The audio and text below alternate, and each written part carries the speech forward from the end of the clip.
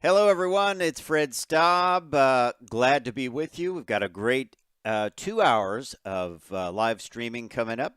And Les, what do you got going on? Well, there's quite a bit going on. I was at a big event this week, but I don't have time to talk about it. But the mid-size truck segment is just going crazy. It's getting hotter. I was on a 3-hour drive yesterday. I can't tell you how many mid-size trucks I saw. Just everywhere. Yeah. And this time it's the Tacoma. I reviewed the current version of this vehicle, I think it was last week or the week Yeah, before last. But a couple of now weeks ago. the brand new one is revealed. They've got a TRD model coming back. They have the what they call the Trailhunter edition. Uh, Tell you. it's very, very capable, cool truck, and it's going to be heading to dealers soon. One of their most popular models and known for its reliability. So we'll talk about that. Absolutely. Yeah, and what about the Alpha Tonale? It's got some delays, and it might have something to do with plumbing. We'll talk about that. Yes. Um, we'll talk about that. And meanwhile, we'll leave it a mystery. And looks like AM radio was going to go away, but the Congress, the lawmakers, say no. Yes. Well, Hmm. it might be some bipartisanship because there's a lot of Yeah, I talk mean, about AM radio going away. of all Um, things, well, to they have a network that broadcasts out on AM radio, so that's right. for hazards. So, uh, yeah, like you and I were talking a little bit before we started streaming, and uh, really, you can keep AM radio on electric cars. I've had several; it works just fine. You just have to shield it properly. But Yeah. they want to cut costs. I don't know what could the cost be for that. $20? Oh, less than that, but $20 times 200,000 units. So then why not just say, hey, AM radio is an option? It's an option, yeah. If you want it, it's going to cost you $100. Yeah. So, I think that's an interesting, like I say, completely bipartisan. And even the head of the FCC is for it too, keeping AM radio. Plus, one guy that's eliminating some AM radios is the CEO of Ford, and he was asked about Ford's quality. What's going on with that? We'll tell you what he said. That's right. And I am going to have an at the wheel review of the Hyundai Palisade. Uh, Family truckster. well, I want to call it an enlarged family wagon. All right. Well, whatever it is, we're going to have an at the wheel review of it, and we want you to stay tuned. We'll be right back.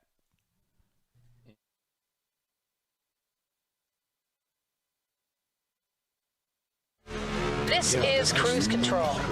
Your on-air automotive magazine with co-hosts Fred Staub and Les Jackson. Everything you need to know about new and used cars. Industry news. We'll fix or repair your car on the air. Fasten your seatbelts and let us take the wheel. Now, your ride is about to begin because you're on Cruise Control. Cruise Control. Cruise Control. And welcome to Cruise Control, your on-air automotive magazine. Hello, everyone. It's Fred Staub and Les Jackson with you for a great hour of automotive news and information. And, we have no shortage of reveals, Les. We're going to get to an important reveal because the mid-sized truck segment just keeps expanding. Last week, we talked about the Ford Ranger, and this week, it is none other than the Toyota Tacoma. And they've got a number of different models, including a very capable factory-built overlanding Trailhunter edition. So we'll talk about that. We certainly will. And guess what? What's slowing down production of Alphas Tonale crossover? It's a nice vehicle. Yeah. It has something to do with plumbing. Yeah. And you heard it on the AM radio. If you're a 90s fan, you'll know what I'm talking about. There's a song about that. And, well, there may be a bit of bipartisanship breaking out in Washington over this because, as you know, some makers are looking to eliminate AM radio from their vehicles. But it looks like everyone is on the same side, telling automakers you have to put an AM radio in the vehicle for safety reasons. That's right, for national civil defense stuff. Anyway, we'll talk about that. And shareholders are asking Ford's CEO, what about quality? What about it? Well, what about it? Yes. Yeah, well, you know that they had to shut down the Mustang line last week because of fitment issues and a couple of other things. So, yeah, it's a valid question for sure. And then we're going to have an at-the-wheel review of, you are going to have an at-the-wheel review of the Palisade by Hyundai, right? Yes, the Palisade Calligraphy, which is the highest trim end. And a lot about it good, some about it, sort of not great. Okay, well, it sounds like a mixed review from Les Jackson, but we like to tell you the way they are, what our real impressions are. A little bit later on, I'm also going to have a at-the-wheel review of the first fully electric vehicle from Lexus. That is the RZ 450e. And actually did a bit of DC charging with it and was very impressed how quick it would charge up. You've used DC chargers, right? Yes. They really do work well. You do have to allow time for it, but still, they're good. Yeah. All right. Well, stay tuned to Cruise Control because we are just getting started. Don't forget to check us out at our YouTube page and some of our other social media outlets. I'm Fred Staab. He is Les Jackson, and we will be right back.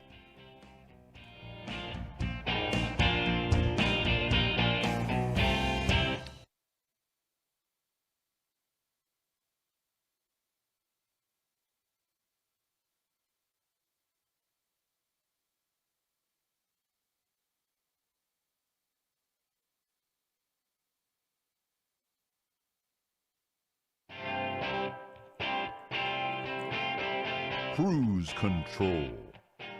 Hey, welcome back to Cruise Control. We're getting going here because we have a lot to talk about. And the first thing we're going to talk about, Fred, is the new Toyota Tacoma. It was just revealed. Yeah, that's right. And it was revealed on Hawaii, which... The Kona. Yeah, Kona, yes, Hawaii, and the Big Island. Kona. Yeah, well, not the island, the Big Island. The Big Island. Kona is on the Big Island. Yes. Yes, I think Maui, Kona. Let's talk about the Tacoma. Wait, I was thinking of Coney Island. That's anyway, different. Once again, Toyota's done it. They're putting out fine quality trucks, and this is certainly going to be another one.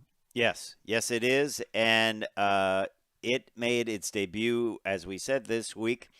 It's got a standard turbocharged 2.4-cylinder engine, 278 horsepower, but if you need more, they have the iForce Max Hybrid that produces 326 horsepower, 465 pound-feet of torque, and no more V6. The one I reviewed, the current version I reviewed, the 2023 version I reviewed a couple of weeks ago, had the V6. So no more V6, gets replaced with that hybrid engine for the big output, which is not bad. It's got a couple of other interesting features. It has a side power release available for the tailgate. It's kind of located near the tail light. You press it, and it will electrically open the tailgate and then lift it up as well. That's really a nice feature. It is a nice feature. Tailgates are heavy. Yeah. And, of course, it's got all the safety features that are part of, the Toyota lineup. The interior's been redone, and it has a bigger screen that stands proud, Les Jackson. I know you don't like that. Yeah, it looks a little high, but it's not really appreciably higher than the instrument panel. Yeah. So that's been modernized on the inside. And what's interesting, they have two cabs. They have the crew cab, which most people will buy, that has, I believe, a 5-foot bed. And then if you want a 6-foot bed, they have that extended cab with the two little doors in the back. But what they've done is they've removed the rear seat because they felt nobody used it. They had a upgrade, I guess you would call it an upgrade, and people would pay extra money to have it removed. So they decided to just take it out. So there's no more rear seat in that extended cab, just locking storage. I guess they've done lots of surveys, and they realize only a small percentage of people use that back seat. Yes. Yeah, it's called the sense. extra cab, and it will have lockable storage, and it's great.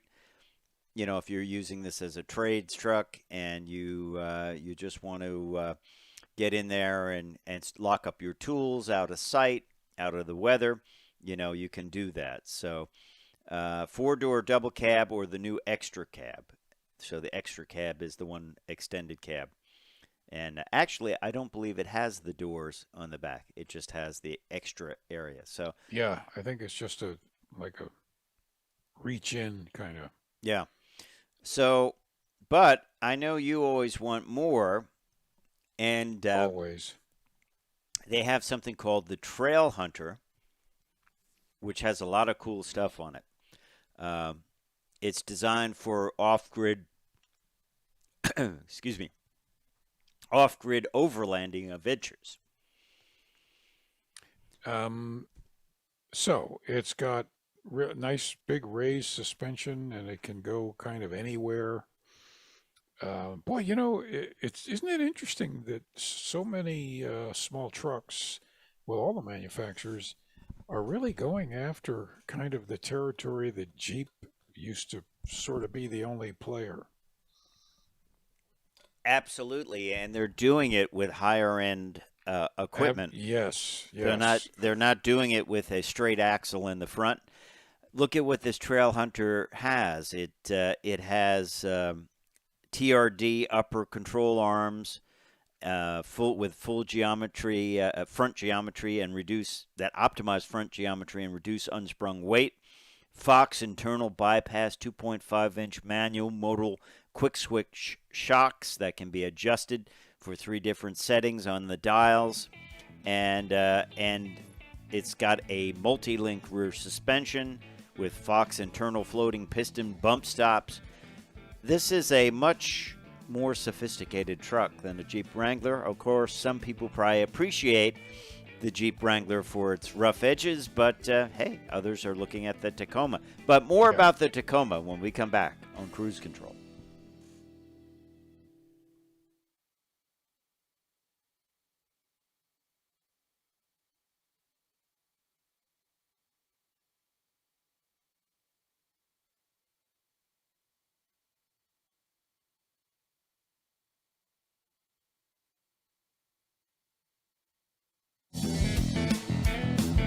Cruise Control. And welcome back to Cruise Control. Fred Staab and Les Jackson here. We are glad you're along for the ride, and kind of talking a little bit more about the Tacoma. Really a lot to talk about. Love to see that it's got a hybrid drivetrain. How about you? Absolutely, and if there's one company that knows how to do it, It's Toyota. It's Toyota. So that'd be a great choice, actually. Yeah. The Trailhunter, I like the wheels, actually. They look pretty custom, It's sort of Range Rover-ish looking. Yeah, and bronze is apparently a part of a historic look in the Toyota world. So I did not know that. I like the current Tacoma, the 2023. Weirdly, I felt it was a little underpowered with the V6. It sounded like it had a loose torque converter, like the engine would really rev up before you started to get going. But other than that, I liked the fact that it was very trucky, like pretty basic. They may have tuned some of that out with this one, and made it a little bit more futuristic inside. But still, I think it's great if they can get more power out of a four-cylinder with a hybrid system. It's pretty good. It's pretty good for sure. And, good fuel mileage. Hey, let's talk about something known as the International Volkswagen Bus Day. You didn't think I was going to go there, did you? I did not. I like to keep you on your toes, Les Jackson. I didn't buy a gift. Well, apparently, it is going to be revealed. The ID Buzz, the full production version, debuts June 2nd in Huntington Beach, California. And at the Buses and Coffee gathering from 6 a.m. to 2 p.m., and it is as a national calendar day. Believe it or not, there's a guy named Marlo Anderson who founded the National Day calendar in 2023, and is designated. It started in 2013 when he designated January 19th as National Popcorn Day. There, believe it or not, there's also a Tonawanda Marble Tournament Day. Yes. He has this calendar. Really is. Yep. Who decides on these days? I don't know. He does, I believe. Marlo Anderson. Oh. Okay. Well, that's convenient. So this is when it will be revealed at the Hyatt Regency in Huntington Beach on the Pacific Coast Highway. And this is the long wheelbase version coming to America, 3-row ID Buzz, which is nearly 10 inches longer than the European version.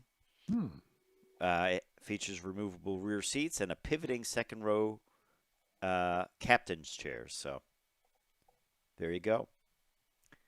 Exciting. I'm really looking. Are they sold out already? I bet they are. I'm sure they are. I'm really looking forward to driving this thing. Yeah. Mainly to be seen in it. You know how people will just come up and go, "Hey, where'd you get that?" I built it myself. Yeah, I made it myself. Yeah. Yeah. So that's pretty cool, and we'll keep you up to date on that. I'm sure we'll be talking about that at the reveal. So good stuff. Les, news from Chevy. Now this is an interesting dilemma. People worry about range, right? They have range anxiety, and then of course there is the work truck, Silverado work truck. That's typically the fleet truck that people get. It's pretty basic. It doesn't have roll-up windows because they don't make them anymore. But it would have a rubber floor mat. It will be basic. So Chevy's going to come out with an EV version of the Silverado work truck. And it originally had a 400-mile range. Now it's going to have a 450-mile range.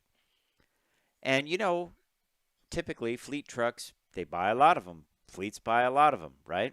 Well, the only problem with this is it will start at $80,000. I don't consider that a fleet vehicle. Yeah. And they will have a 350-mile version of it, range version of it, for $75,000. Well, heck. I mean, don't you think these things should be in the 20s or 30s?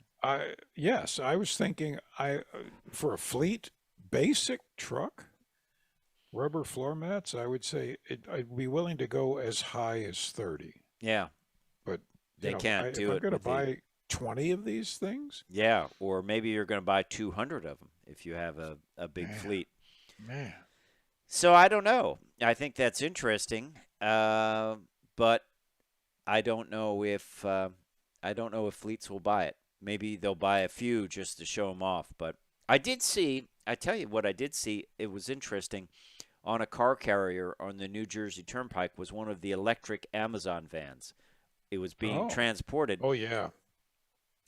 Do you have them down by you? Have you seen it? I've seen a couple, and there's a big parking lot, a huge parking garage for like 2,000 cars along Route 95. It used to be a little mall there with a Sears and Macy's and that, but they just leveled it, but didn't take the garage down. And that garage has probably 1,000 Amazon vehicles parked in it. Wow. They're going to build a hospital complex there, so obviously Amazon will have to move that stuff. But it's fascinating to drive past it and see all those Amazon vans. Well, this one is interesting. It was on a flatbed, and it was turned on because the headlights were on. So I don't know what that was, but anyway, there's an example. I'm sure they're probably not paying $75,000 or $80,000 a pop for those vans. So it will be interesting to see how this does. The range is incredible, but it is. You know, it makes you scratch your head. So anyway, let's talk about Alpha Tonale. Great crossover from Alfa Romeo, and people are very excited about it. It probably will be the biggest seller. But the problem is, Les Jackson, its production is being slowed by angry workers, angry employees. And you know what they're angry about? Angry workers. Yeah, they're slowing down. They're slowing down production. They're upset with unsanitary toilets. Well, now I sympathize with that.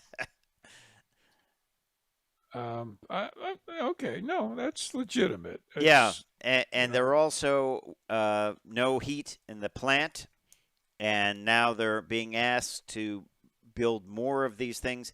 It's built in the same plant as the Fiat Panda, which is their small car, right? Yeah. Yeah. So I guess they feel they're doing the big work and not getting paid for it, right? And having to deal with bad conditions. So work conditions, bad work conditions make you not do a very good job. And I would say if this is true, which it probably is, then fix it. Yeah, get someone in to clean the toilets, right? Or update the sinks or something. It's 2023. It's not 1906. Yeah. So there you have it. So if you're waiting for a Tonale, who knows what's going on there? We'll have to see. And it's certainly a vehicle that they're kind of aligning with the future of the brand with, right? Basing a lot on that. Yeah. So we will have to see how that one works out. Coming up, heard it on the AM radio. We'll tell you what's going on. In Congress, there's actually a bit of bipartisanship breaking out.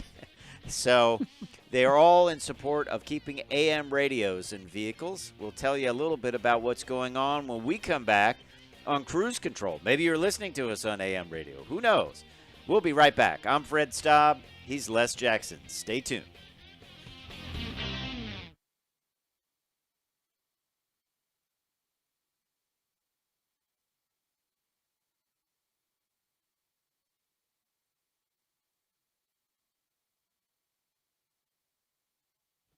Control. Hey, welcome back. Welcome back to Cruise Control. Well, here we go, Fred. Over across the river here, Congress actually got together and talked to each other this week. I kind of remember that when they used to do that. Yeah. Reach weren't across yelling. the aisle, they said, right? And of all incredibly important subjects, this one was AM radio, which we've known for quite a while that a lot of manufacturers want to get rid of it in their cars, their SUVs. Mm-hmm. But starting with Senator Markey. He issued a bill saying no. You got to leave AM radio in the cars for safety reasons. So, good idea, frankly. I think, I mean, how expensive can AM radio be, Fred? I always wonder about this. They make a big deal about taking things out, then you find out it's like less than $20. Oh, yeah. I tell you what, I always listen to AM radio. I listen to it for traffic. I listen to it for a quick update on news when I'm riding along. And frankly, another safety issue, they say, there's a system called iPause, Integrated Public Alerts and Warning System, that uses it. But frankly, if you want to listen to hear one of the big news outlets and you don't have AM radio, the streaming does not work that well because only certain apps can stream on Android Auto or something like that. And I find it difficult to manipulate all of that when I'm driving. So I just want a button to say I want to listen to that station and find out what's going on with traffic, or whatever. I just don't see. And I know they say shielding, electric motors and that. I just drove the Lexus RZ. It had AM radio in it. It sounded fine. They can certainly do it. Well, they can. Granted, AM is susceptible to RF, radio frequency interference, that you get from electric motors. Mm-hmm. But you can shield it, and it doesn't cost a fortune. There is the FCC really wants to keep AM there because it's, as you said, it's part of this safety system. Now, for people that were a little older, AM radios in your cars and at home used to have a couple little triangles on the dial. Those were the CD, civil defense, that you tuned to in the event of, I don't know. Probably back in the 50s of a nuclear detonation. Somehow I don't think the radio would help you in that instance, but the other cool thing about AM is it goes hundreds and hundreds of miles. I mean, some of the New York stations, I can be way out in Pennsylvania and still get them. And I used to love driving at night. The Skip. And listening to Chicago. Yeah, the Skip. Yeah, heard it on the Skip. Yeah. Good stuff. Yeah. I think they should keep it. This started with Tesla. They took it out of their cars, and then BMW, Ford, and Volkswagen took it out of some of their cars. Yep. I think it should be there. I just don't see why. It's not a huge thing. It's not like saying, hey, I want you to put a gas engine in an electric car just to have it. Right. I mean, it's something you use, and it's not all that expensive. It's just a chip now, by the way. You don't have a super heterodyne dial with tubes, yeah. With tubes. It's just a chip that picks up radio frequencies. Right. And come on. Yeah. And by the way, when Congress jumps on something like this, they pass a quick law. Well, it says all sides are on it, including Ted Cruz. I don't know where the other names here in this article. J.D. Vance, Deb Fish. I don't know who they are or where they are in the spectrum of, politics. But also the Federal Communications Chair is interested in keeping it. So I feel that they will have them.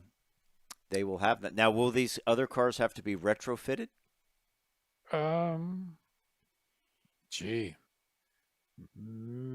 Probably not. But here's the thing too. Much. Older cars, if you have a problem with your radio, you want to upgrade it, you can do it, right? You can buy a new radio. Just pop it in. You can't do that with a Tesla. Where are you going to hang it under the dash? That's right. Most of these cars today have screens in them, and everything is in the screen. Right. So there's no way to update it. No. There's no way. And young people very soon will not recognize an ignition switch. That's true. A key.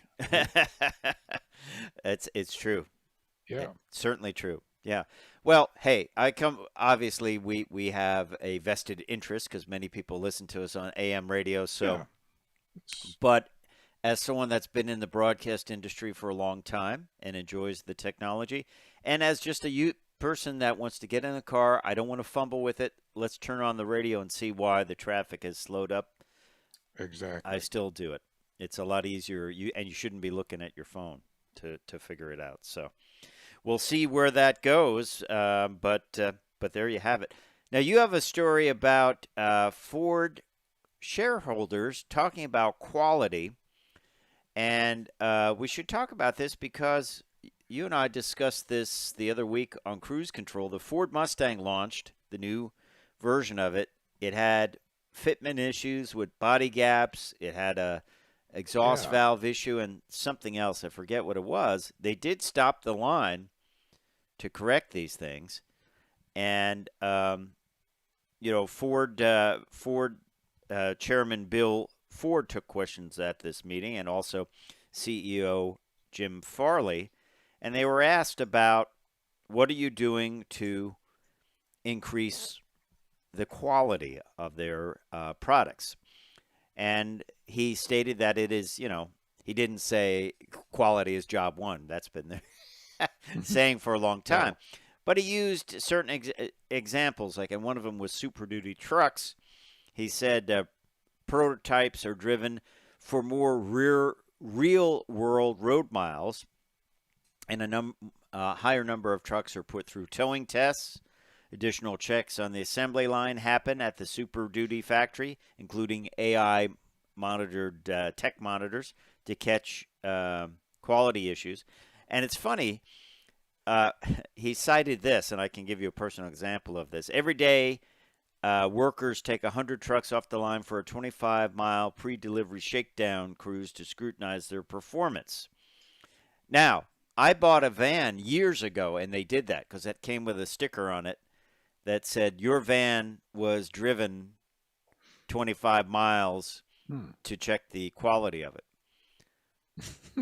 And I was like, and well, we're still looking for the steering wheel. That's right.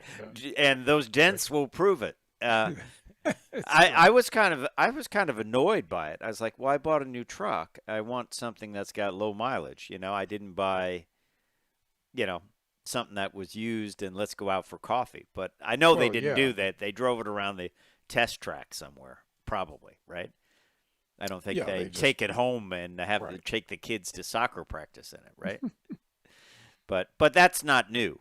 I know he cited that as one of the things. But don't you think domestic manufacturers still have to deal with the old thoughts of, they're not high quality, and are they still dealing with these issues? They still are. It's kind of hard to believe because, of course, the bodies are put together by robots and they're very precise. Mm-hmm.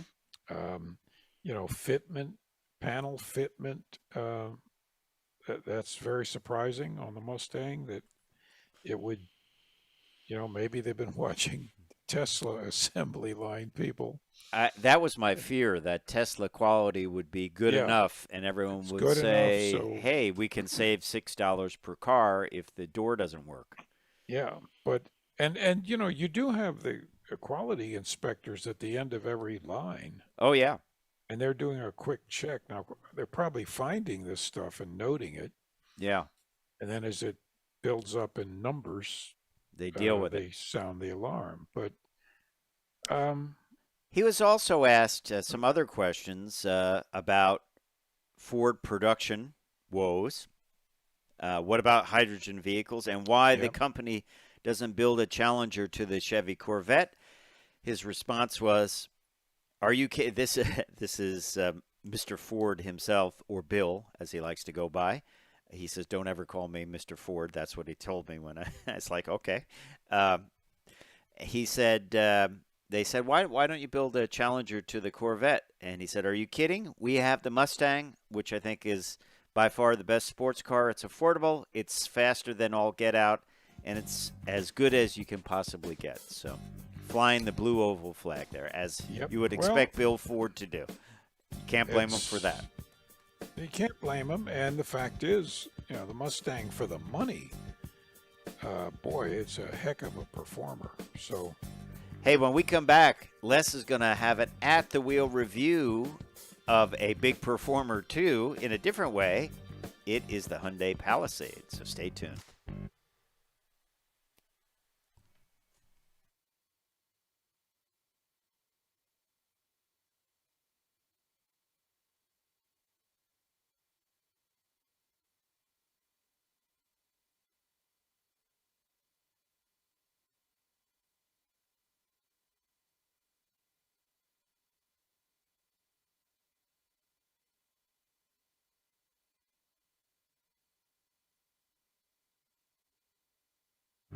Cruise control. welcome back. It is time for an at the wheel review, and as Fred mentioned early on, I'm reviewing the Hyundai Palisade calligraphy version. That's the top end. I never understood why they said calligraphy like that. I don't either. That is like, isn't that what you get on a wedding invite? The fancy writing. Yeah, I mean it's fancy writing, but what can I say? Anyway, the exterior color of this is called Robust Emerald. Robust. It's green, but Robust Emerald. Interior is gray, which I always love it when they're not black interiors, because I don't see as much detail. Anyway, it's big. It's a 3-row people hauler. It is extremely popular. Everybody that owns one loves them. I think the dealers are still having a tough time keeping enough in stock. Mm-hmm. They're not cheap, but considering what you've got there, and the size of it and all of that, it's pretty reasonable. I'll tell you right up front. This is a flat $49,850, and that's it. There's only one option. So, and Hyundai has a flat $999 delivery charge too. That's pretty good. So that's great, and you get 36,000 a month free maintenance on this. So, I think it's less expensive than most of the other things out there. And it's probably bigger than them. It's got that big grill up front. It's big, and it's all-wheel drive, which, by the way, I'll tell you right now, one of the things I noticed that kind of bothered me a little bit is that the all-wheel drive sounds and feels like a locking differential when you're making a hard turn. Oh, like binding? That grabby, crunchy binding type thing. Binding, yeah. And it was noticeable. Okay. So it didn't hurt anything, but I noticed things like that, and then they bother me. Now, the exterior, aside from being the robust green, the calligraphy is a two-tone. It has a black lower section. Okay. And black roof rails and black lug nuts. I gotta have those. But listen, I would have bought them at the local auto store. It also has 20-inch wheels. Gotta have them. Big wheels. Keep on turning. 245s, 50s. Mm-hmm. So this thing is designed to haul a lot of weight. It's also can haul a lot of trailer. Well, considering it's a people hauler, it'll haul a trailer with brakes, 5,000 pounds. Mm-hmm. If you don't have a trailer with brakes, then it's 1,500. Okay. Because you got to use its brakes. It's powered by a 3.8 V6, 290 horsepower, plenty of power. It's quiet, so that's great. Again, standard, everything is standard on this. You get an 8-way power driver's seat and then just standard power passenger seats up front. They're ventilated, but it's not. The ventilated seats are not available on this. This has the air-conditioned seats. Interesting. 12.3-inch touchscreen through the line. Underfloor storage compartment. Second and third row HVAC controls. Wow. Which you don't see the third row very often. No. Which, by the way, folds down electrically beautifully. I used it when I picked up a big sheet of glass because I'm rebuilding my storm windows. The glass almost made it into my front door. Wow. I won't talk about that anymore. I was busy, so I'll be getting another one.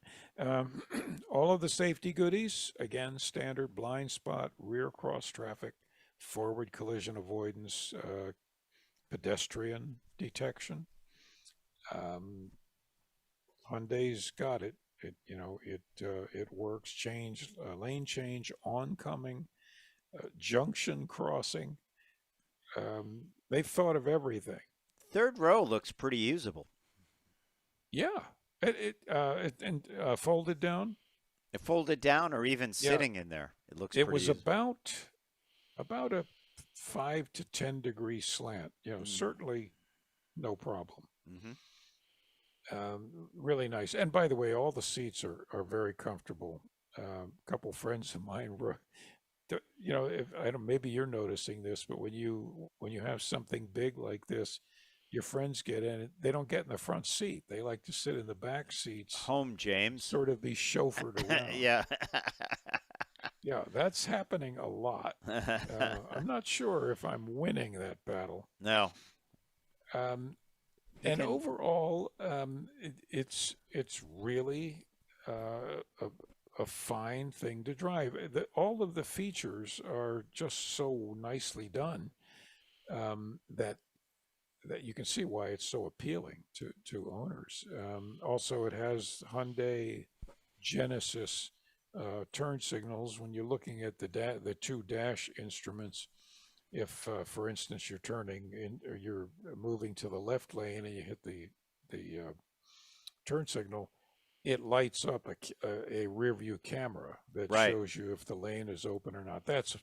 I think every vehicle on the road should have that. That actually started with Hyundai Sonatas, I believe, and it migrated all the way to Genesis. And everyone should have it. It's good. And it is decent on the road. I took it for quite a ways, about 200 miles. I averaged, not keeping my foot entirely smooth, I averaged 19.9, and on longer runs of 20 or 30 miles, it was showing an average of about 21.5, which for that size, that weight, all-wheel drive, it's not really too bad. This is also, I would say, about $25,000 to $30,000 less expensive than its competitors. It is. So many of these others in this category that we're seeing are, well in the high 50s, many in the mid to high 60s. And I think that's another reason the Palisade is just so well received. And this is the Telluride, basically, isn't it? The Kia Telluride. Yeah, it's the sister or brother car to the Kia Telluride. This is more available, though, I think, than the Telluride. Yeah, and at dealers. Really, it's 7 passengers are very comfortable in there. Everything comes with it. It still has the famous Hyundai 10-year drivetrain warranty. It's pretty hard to go wrong with this thing. Yeah. Except parking. It's big. It's actually long. I didn't get the full length, but I believe about 225 inches. So it's almost 30 feet long. No, it's 20 some odd feet long. yeah, about 19, I think, around there. I mean, it takes up some room. Wow. So parallel parking and all of that. But really, I understand why people really want them. Hey, we appreciate you listening to Cruise Control Radio. We'll see you down the road. Bye. I would.